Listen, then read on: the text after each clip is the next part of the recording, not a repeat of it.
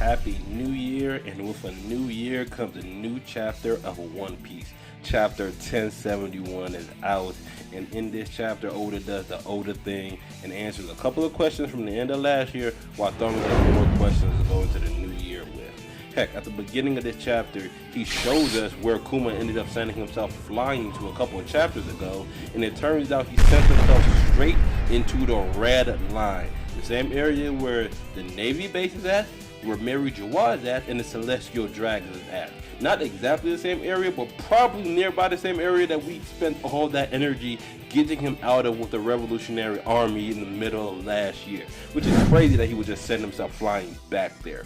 But we get no other information that we are pulled directly back to Egghead Island, and there's like 3 or 4 different plot threads all going on at the same time on this island. We start off with Dr. Vegapunk saying to the Straw Hats, "Alright, I'm packed, let's get up out of here," and he wants them to take him and his 6 different satellites with him as they are leaving. And in this same moment, CP0 and Rob Lucci, who have control of the Seraphim at this point in time, Rob Lucci says he just can't accept Luffy as an emperor. Probably because he got his butt kicked by Luffy before we even knew him as a supernova.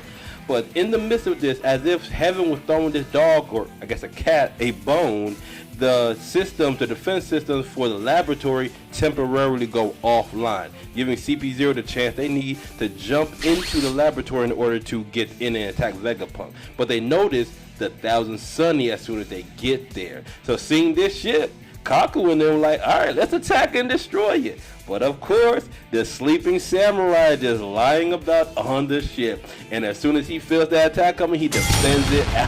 His face, as soon as he wakes up, is more annoyed than anything. While Kaku is terrified. Kaku ain't seen Zoro in a minute. He's showing more fear in his face than Lucci did when he met Luffy.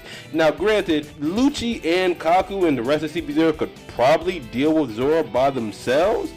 But honestly, with that fear in Kaku's face, I don't think he even wants to fight Zoro like he did last time.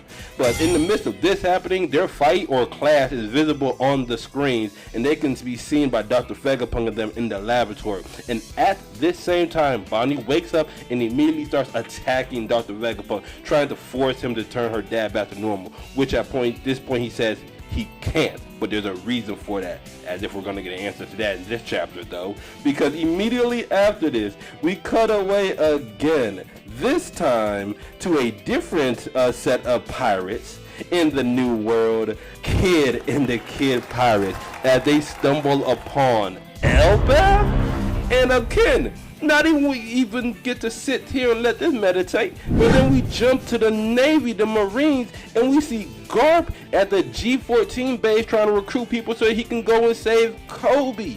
Hey yo, this whole battle royale thing Oda was teasing about, this is looking pretty tough this year, especially if Law is still fighting Blackbeard.